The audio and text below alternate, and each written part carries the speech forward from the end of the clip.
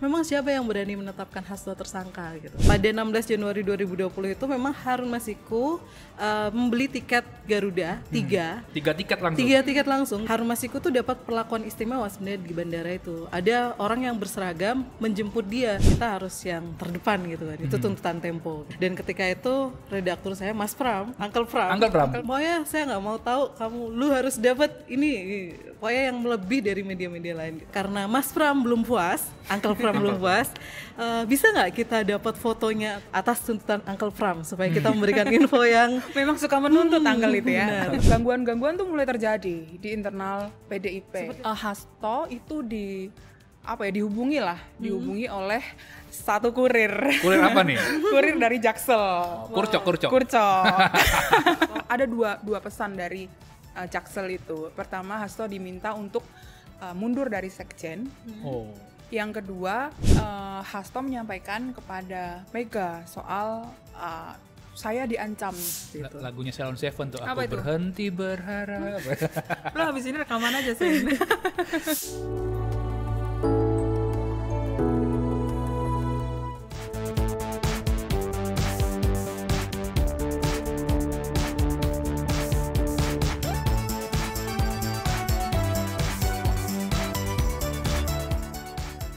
Yo, jumpa lagi di Bocor Halus Politik bersama gua Hussein Abri Dongoran. Francisca Krisirasana dan satu orang lagi, saya Linda Trianita, pendekar hukum. Linda ini redaktur di Des Hukum majalah Tempo dari Tempo. Ya. Jadi yang sudah lama banget nulis soal Harun Masiku. Yes, betul. Tapi sebelum itu, bagi penonton yang belum subscribe Bocor Halus Politik, silakan subscribe tempo.co ya. Dan buat teman-teman yang ingin membaca laporan Tempo, silahkan klik di link yang ada di deskripsi di bawah ini. Oke. Jadi main apa Ngomongin kita? apa?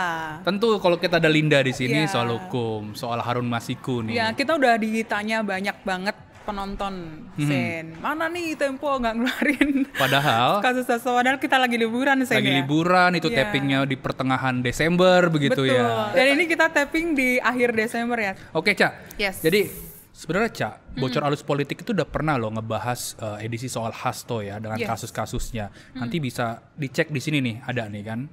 Tapi nanti kita mengulas lebih lengkap karena kita Ya. menghadirkan Linda. Betul. Linda itu di Februari di 2020 bahkan Januari 2020 merupakan orang yang pertama kali memiliki video Ya, yang Harun viral Masiku itu ya, Sen. melintas atau di Garbarata ya di bandara dan videonya. Dan sekarang video itu dipakai oleh para buzzer-buzzer gitu. Coba Linda, jelasin Linda. Waktu Yes. itu lu gimana sih meliput soal kasus ini dan bisa dapat bukti video itu? Iya, jadi waktu itu memang karena aku lama ngepost di KPK ya. Jadi ketika ada operasi tangkap tangan terus melibatkan aktor besar itu jadi kita harus yang terdepan gitu kan. Itu tuntutan Tempo gitu. Dan ketika itu redaktur saya Mas Pram, Uncle Pram. Ya. Oh, dia dihukum ya karena waktu itu Dia politik sama nasional, hukum masih. politik hukum masih jadi satu gitu kan. Jadi Uncle Pram, pokoknya saya nggak mau tahu lu harus dapat ini, pokoknya yang lebih dari media-media lain gitu. Akhirnya saya menghubungi sumber-sumber saya di berbagai lini, KPK, PDIP dan lain-lain untuk memastikan apakah benar itu operasi tangkap tangan menyangkut dengan Sekjen PDIP Hasto Kristianto ketika itu. Dan kasusnya apa, konstruksinya bagaimana. Akhirnya saya menghubungi teman-teman di PDIP gitu. Siapa saja yang tertangkap gitu. Terus waktu itu ada info bahwa ada Saiful Bahri, ada Doni Tri Istiqomah, mereka ikut diciduk KPK. Terus ada info Wahyu Setiawan, komisioner KPU. Terus juga ada Tio, anggota Bawaslu. Kemudian di situ ternyata ada drama soal penangkapan tersebut. Dramanya adalah Harun Masiku yang harusnya ditangkap saat itu juga ternyata dibilang tidak ada di Indonesia gitu. Oh, itu narasi PDIP dan narasi pemerintah ya waktu itu. Iya, Ya? narasi resmi pemerintah. KPK waktu itu rilis bahwa ada satu tersangka yang tidak kami tahan karena dia menurut data pelintasan imigrasi yang waktu itu di bawah Kementerian Hukum dan HAM, Menkumhamnya Yasona Lauli yang juga PDIP, dibilang bahwa Harun Masiku belum kembali ke Indonesia. Data perlintasan terakhir dia keluar ke Singapura pada tanggal 16 Januari 2020. Dan memang kita punya data juga bahwa pada 16 Januari 2020 itu memang Harun Masiku membeli tiket Garuda 3 tiket langsung. 3 tiket langsung Garuda atas nama dia sendiri pada pagi hari sekitar jam 7, jam 11 sama jam 9 katanya. Nah, dia berangkat lewat pesawat yang jam 11 itu karena info yang kami peroleh paginya itu dia mampir dulu ke Sultan Syahrir 12A. Ya tempatnya sekjen ya. Tempatnya Hasto ya. Benar ya. Nah di situ akhirnya dia baru ke bandara jam 9-an, terus dia flight naik Garuda yang jam 11 itu. Terus setelah itu dia kembali ke Jakarta keesokan harinya. Itu data yang kita peroleh. Langsung pulang ya. Ya, keesokan harinya dia juga sama beli 3 tiket. Ada Batik Air, ada Lion Air kelas bisnis. Batik Airnya 2 dengan berbeda jam. Dia flightnya dari Changi Airport itu sore sekitar jam 4 atau 5 seperti itu. Nah, dia tiba di Soekarno-Hatta jam 5-an gitu.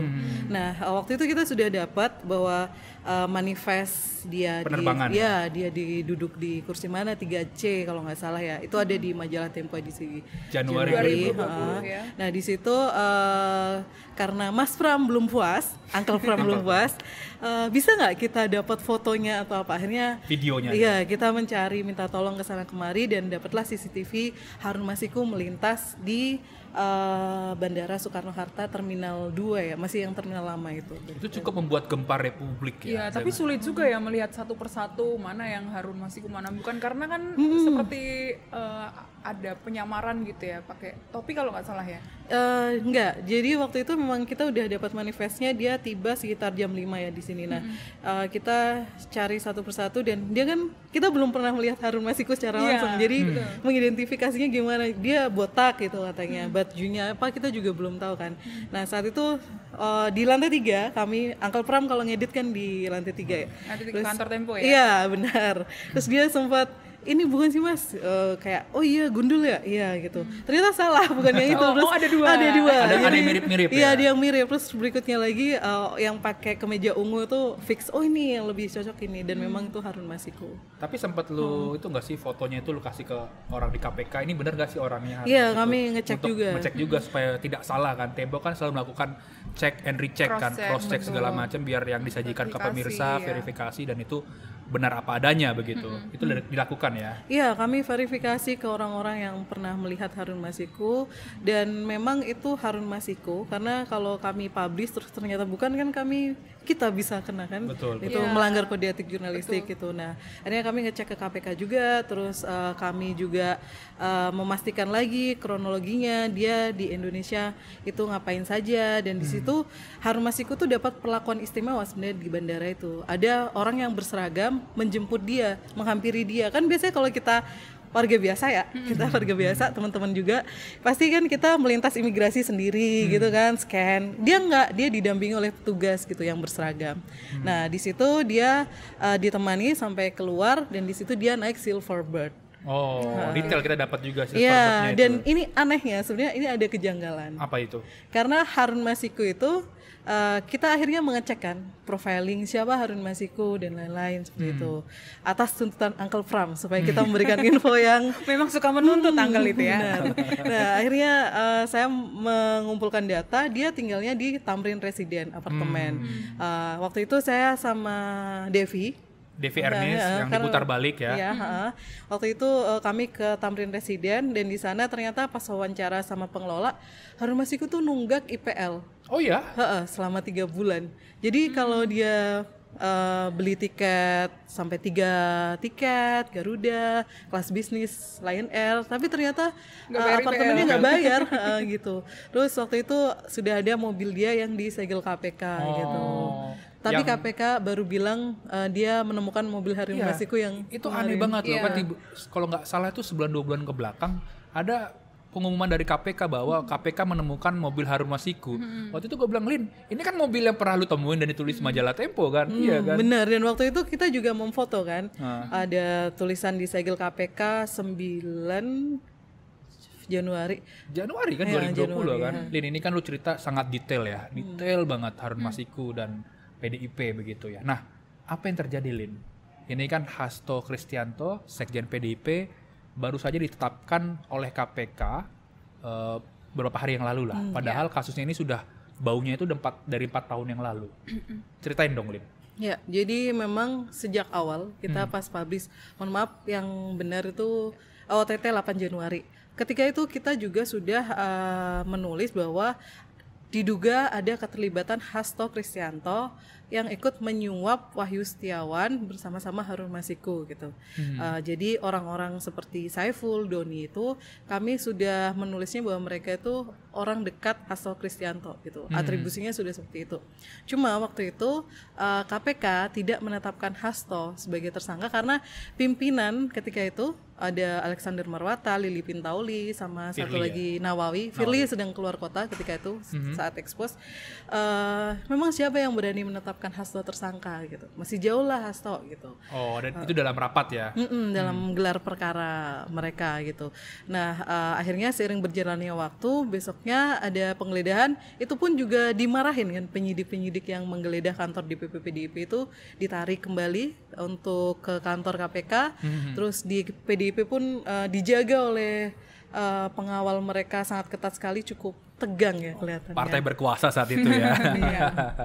Nah, di situ akhirnya dengan pimpinan komposisi yang seperti itu, kasus ini melempem gitu kan, bisa dikatakan seperti itu. Nah, kebetulan kemarin pas 18 Desember itu teman-teman penyelidik menggelar expose atau LPP, laporan perkembangan penyelidikan ya. Nah, di situ 18 Desember komposisi pimpinannya masih pimpinan yang lama yang sama dengan expose 2020, bedanya Lili Pintauli sudah mundur dari KPK gitu kan. Ya, mundur karena berkasus. Benar. Ada 2 kasus gitu kan. Nah, di situ mereka sama tetap sikapnya, tidak mau menaikkan kasus ini ke penyidikan dan tidak mau menetapkan Hasto sebagai tersangka.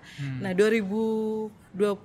tanggal 20 Desember 2024 itu kan ada serah terima pimpinan baru. Ya, pimpinan yang lama sudah habis, sekarang pimpinan baru yang berbaunya lebih kekuasaan baru lah ya. Kekuasaan baru. Gimana waktu itu tanggal 20 Desember? Nah, setelah serah terima jabatan dari pimpinan lama ke pimpinan baru, beberapa hari kemudian ada expose lagi. Nah, di situ pimpinan sepakat menaikkan Hasto dan Doni sebagai tersangka gitu. Bahkan Hasto pun dijerat tidak hanya sebagai penyuap, tapi juga ada pasal obstruction of justice. Karena menghalang-halangi itu ya untuk pencarian Harun Masiku ya. Iya, karena waktu itu sebenarnya Harun Masiku kan sudah di Jakarta pada saat OTT.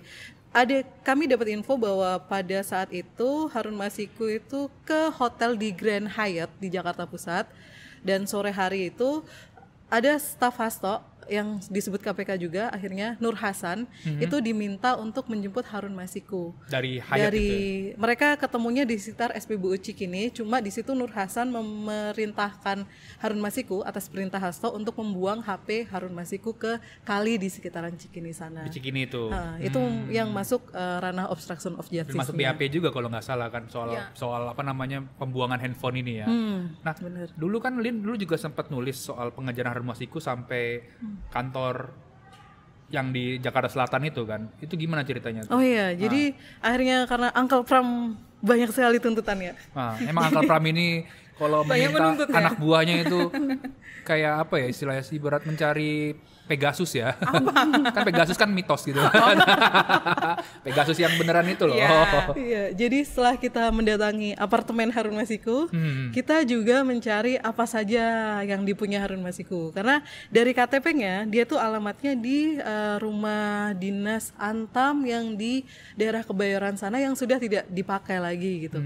Itu kan agak janggal ya. Padahal dia juga punya kakak yang dalam kakaknya itu dia sudah menikah, yang istrinya orang Sulawesi itu, tapi di situ keterangannya KTP-nya tidak terekod IKTP gitu. Nah, tapi dia juga punya KTP lain dengan alamat di rumah dinas Antam yang sudah terbengkalai itu di Kebayoran gitu kan. Nah, di situ kami mencari-cari, kan kita udah punya petunjuk mobil Harun Masiku yang di apartemen. Kita cek mobilnya, ternyata bukan atas nama dia gitu. Itu atas nama perempuan yang alamatnya di Jakarta Utara. Akhirnya dicek juga ya ke Jakarta Utara. Iya, Uncle Pram, ya udah datangin aja gitu. Ke sana kan, ke Jakarta Utara. Ternyata di situ ketemu saudaranya, kakak yang punya mobil itu. Ternyata kakaknya itu kos di SCBD. Nah, di situ mobilnya Ada juga, berarti ada 2 mobil. Platnya sama Platnya sama, jenisnya sama, cuma tahunnya beda. Nah, yang palsu punya Harun Masiku atau punya kakaknya, gitu. Siapa? Yang palsu artinya punya siapa? Belum tahu. Punya Harun Masiku, karena punya Harun Masiku tuh lebih baru, itu tahunnya udah tahun lama gitu. Nah, kemudian kami juga mengecek dia punya perusahaan. Dia sebagai direktur perusahaan PT Cahaya Firman Terang gitu, terus Uncle Pram lagi-lagi datangin alamat perusahaannya gitu kan. Dia ke daerah Mangga Besar sana, dan di sana udah tanah kosong, nggak ada apa-apa gitu. Dan waktu itu kan kalau nggak salah juga lu ikut memburu titik, tadi kan lu jelasin juga Harun Masiku segala macam ya. Nah yang tadi gua sempat sebutkan di awal, Cak dan Lin, dulu kan Harun Masiku tuh informasi yang kita dapat di ditaruh di salah satu kantor polisi begitu ya. Nah itu, dan bahkan penyidik KPK pun mau masuk ke sana nggak bisa, dirintangi kan segala macam. Nah ceritain dong detail kasus itu tadi, detail pengejaran Harun Masiku itu. Jadi ketika itu setelah tadi bersambung ya, dia ketemu Nur Hasan di SPBU di daerah Cikini, Jakarta Pusat. Akhirnya dia dibonceng oleh Nur Hasan sampai ke PTIK. PTIK adalah Perguruan Tinggi Ilmu Kepolisian di Jalan Tirtayasa. Makanya waktu itu judul laporan kita adalah di bawah lindungan Tirtayasa gitu kan. Karena di situ Harun Masiku diduga di dalam bersama Hasto sudah ada di sana, karena tadinya Hasto itu ada di sekitaran Palmerah sini, di salah satu kantor media tapi bukan Tempo. Mendengar ada OTT itu, dia kabarnya langsung meluncur ke Tirtayasa. Harun Masiku juga dibawa ke Tirtayasa oleh Nur Hasan tadi gitu. Nah, ketika di sana malam jam 8 itu, sekitar pukul 8, tim kedeputian penindakan atau Satgas OTT itu masuk ke PTIK. PTIK kan cukup luas ya. Ada asrama siswa, ada asrama jenderal-jenderal, ada apartemen jenderal dan lain-lain. Jadi mencarinya satu persatu itu agak susah, apalagi itu kawasan elit polisi gitu kan. Nah, di sana ketika mereka lagi mau istirahat sholat Isya di masjid kan di depan agak pinggir, itu mereka didatangi oleh segerombolan polisi. Berpangkat apa? Waktu itu AKBP. Jadi komisaris besar ya? Iya, perwira menengah lah ya. Nah, dia itu sebenarnya dulu pernah bertugas di KPK juga. Namanya Hendy Kurniawan, AKBP Hendy Kurniawan. Saat itu masih AKBP. Mungkin sekarang udah naik jadi kan kalau berjasa tuh naik pangkat. Iya, benar. Jangan kan berjasa salah juga naik pangkat di Indonesia kan. Siapa contohnya? Adalah sambo-sambo itu. Nah, dia si AKBP Hendy dan timnya itu langsung akhirnya menahan anak-anak KPK itu, dan mereka diminta untuk tes urin, diinterogasi, terus diminta buka HP-nya secara paksa gitu. Nah, di situ sampai ketegangan sampai subuh. Akhirnya Direktur Penyidikan atau Deputi Penindakan KPK menjemput anak-anak KPK itu dibawa pulang, dan mereka pulang tangan kosong karena ya sudah diperlakukan sebagai kriminal kan oleh orang-orang di sana seperti itu. Oke, Lin, ini kan banyak banget yang nanya ya. Sekarang itu posisi Harun Masiku di mana? Atau setidaknya dalam 4 tahun terakhir pergerakan Harun Masiku itu kemana aja? Karena ada yang bilang di Filipina, di luar negeri dan segala macam. Bahkan ada yang infonya jadi marbot masjid gitu kan. Padahal Harun Masiku Kristen atau Katolik ya. Harusnya lagi Natalan dia. Oh iya, selamat Natal. Selamat Natal Pak Harun Masiku. Di Filipina kan berada. Kan. Ya, jadi ketika itu kan berarti titik terakhir di PTIK Harun Masiku. Memang saat COVID kemarin kan sempat ramai juga bahwa dia ada di pulau terpencil di Filipina, jadi guru bahasa Inggris dan lain-lain. Tapi ketika itu kami sempat bekerja sama dengan teman-teman ex penyelidik dan penyidik KPK. Kami mencari keberadaan Harun Masiku, dan sebenarnya masih di setengah jalan ya, karena kami kan powerless ya, nggak punya tenaga untuk nyadap, nggak punya kekuatan untuk ya kerja-kerja intelijen seperti itu. Jadi kami memang benar-benar dari pinggir gitu. Nah, kami sempat di daerah Banten situ, di perumahan elit, dan kabarnya Harun Masiku di sana gitu. Itu di tahun berapa itu terakhir itu?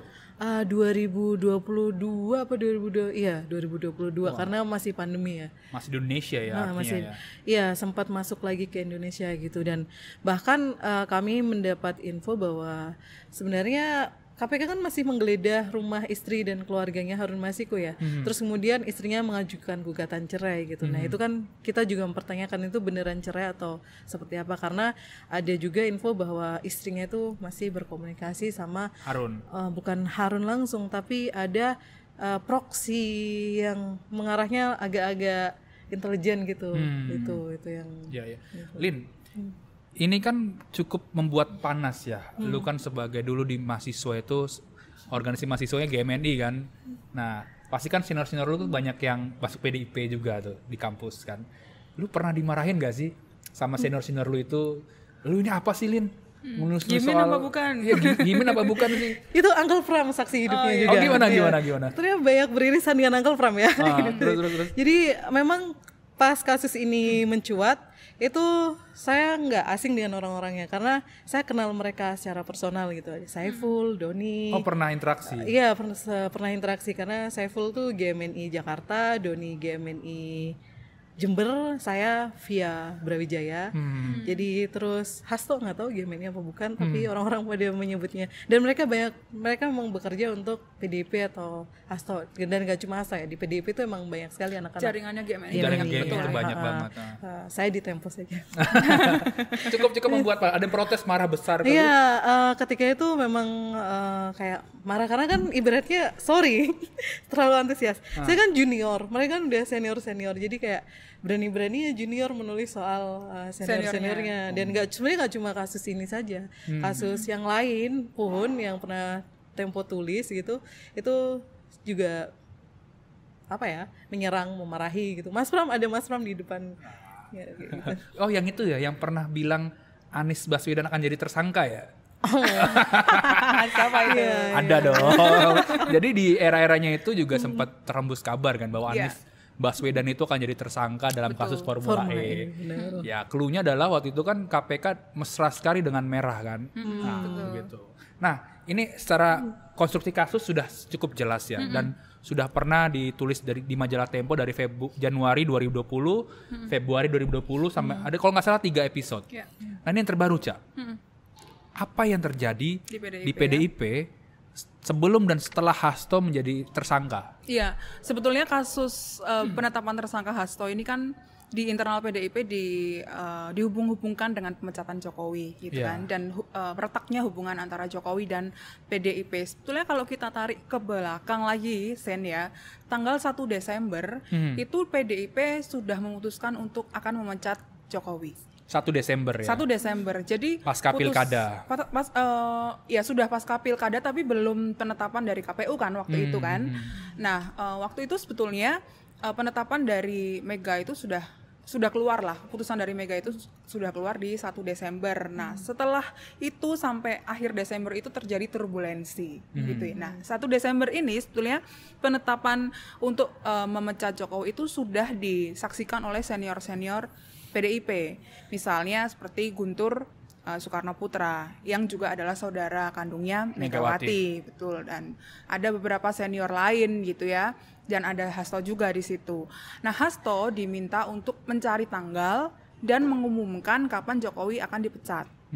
Waktu itu ketemu tanggal 4 Desember, Sen. 4 Desember. Iya. Lucu nih, kenapa 4 Desember? Apa kliniknya? Kalau langsung tahu sih. Itu kan Jokowi identik dengan hari Rabu Pon. Ya. Rabu Pon kan kalau bisa 4 Desember tuh Rabu. 4 Desember 4 Rabu. Desember tuh Rabu. Gimana aja? Jadi 4 Desember kenapa tanggal 4 dan itu pas hari Rabu gitu. Karena 4 ini secara kejawen gitu diyakini sebagai 4 ini kursi terbalik gitu ya. Jadi dulu bertahta terus sekarang lengser gitu.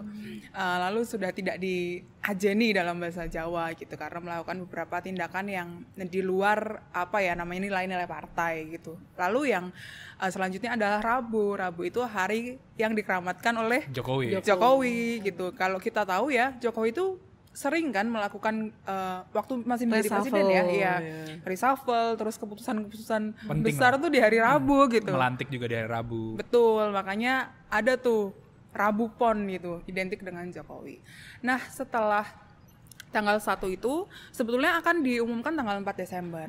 Nah, kemudian di antara tanggal 1 sampai tanggal 4 ada komunikasi antara petinggi PDIP dengan Pramono Anung, karena saat itu kan masih pilkada Jakarta tuh masih Panas ya. panas Satu gitu. atau 2 putaran. Betul, 1 atau 2 putaran, maju ke MK atau tidak lawannya Pramono Anung gitu kan.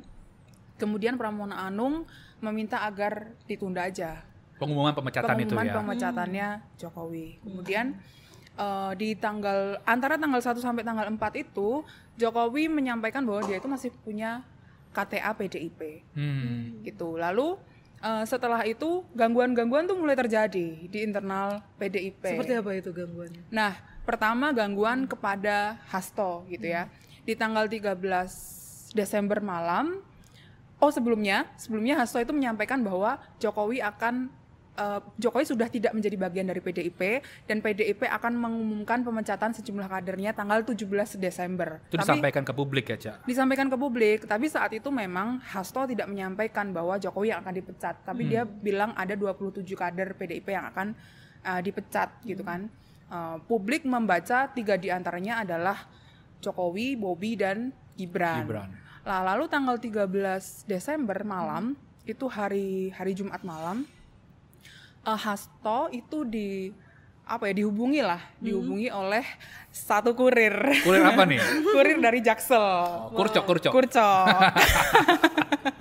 Yang intinya si Kurcok ini bilang untuk pertama Hasto ada dua pesan dari Jaksel itu. Pertama Hasto diminta untuk mundur dari sekjen.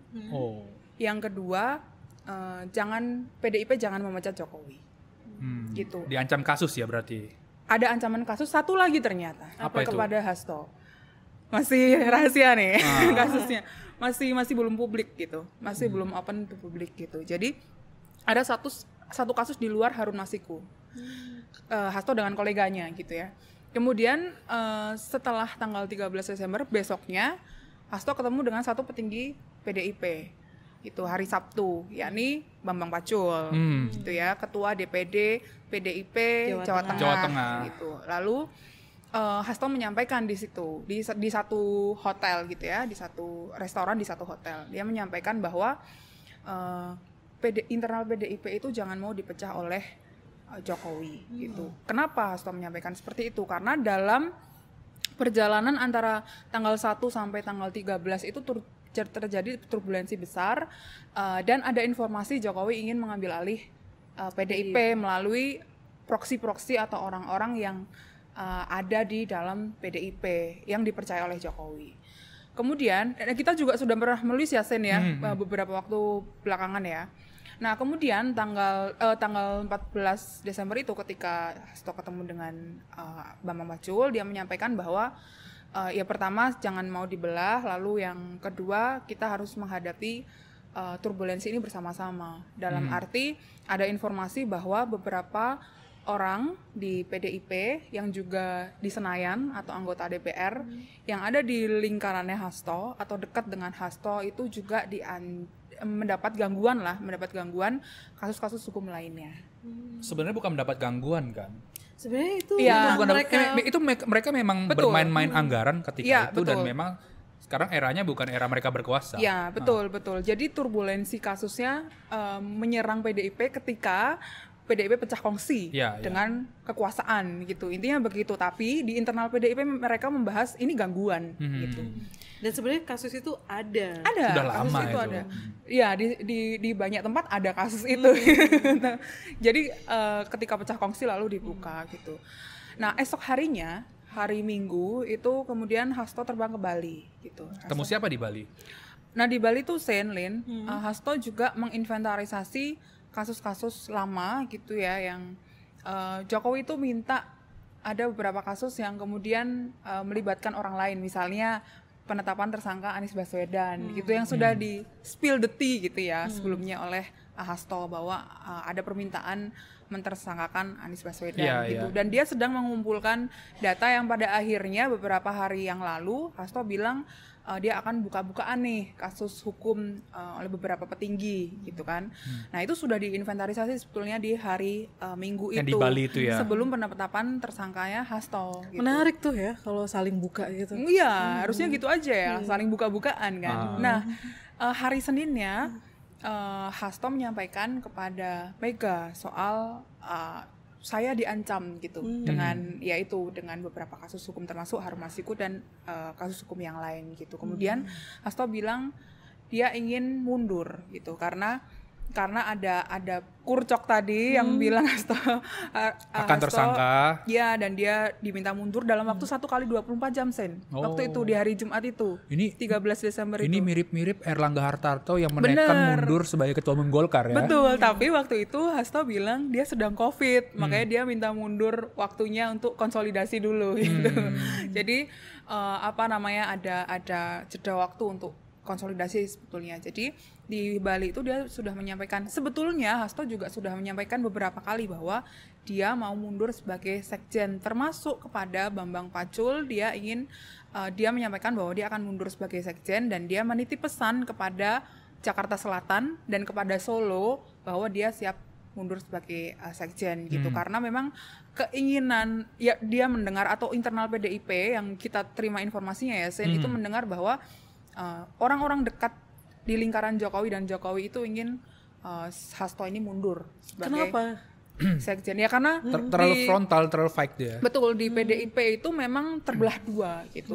Ada yang fight terhadap Jokowi, ada yang memang bisa kompromistis gitu. Nah, Hasto ini di kubu yang menyerang Jokowi gitu, dianggap menyerang Jokowi gitu. Berarti tangan atau kaki Jokowi di PDIP ini masih sangat dalam ya? Di internal kondisinya sekarang Sen, dengan kasus Hasto ini memang di internal kemudian lalu terlihat gitu, ada yang ingin PDIP tetap melawan gitu, ada yang udahlah PDIP kompromistis saja gitu.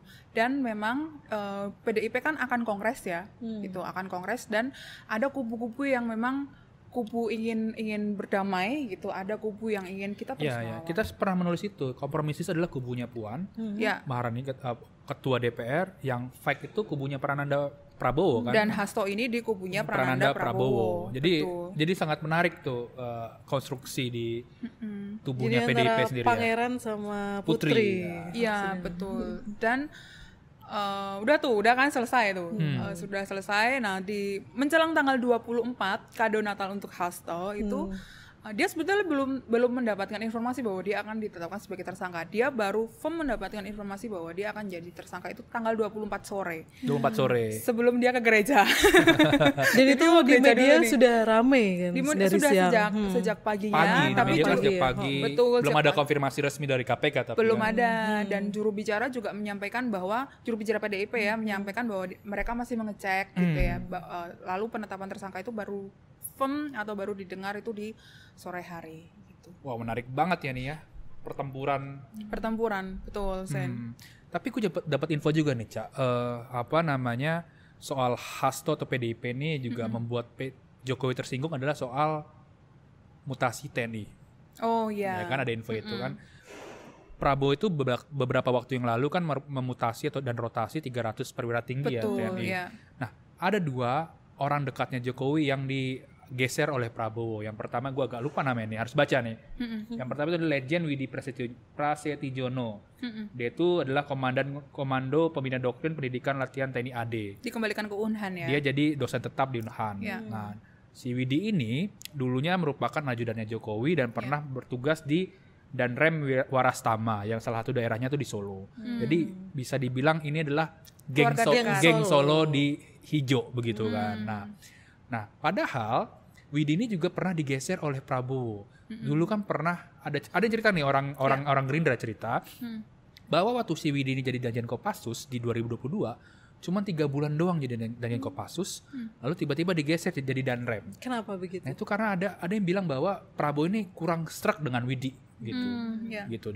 Lalu itulah Jokowi mengecek sana sini, ternyata yang memberikan masukan adalah salah satu orang PDIP yang memang dekat dengan TNI. Oh, ya kan. Okay. Makanya tambah kemerengseng lah nih Jokowi ini kan, orang-orang dekatnya di TNI sudah semakin bisa dibilang semakin sedikit, tinggal panglima saja yang dipersiapkan menjadi lebih tinggi, tiba-tiba ibaratnya tiba-tiba dapat jabatan tidak strategis begitu.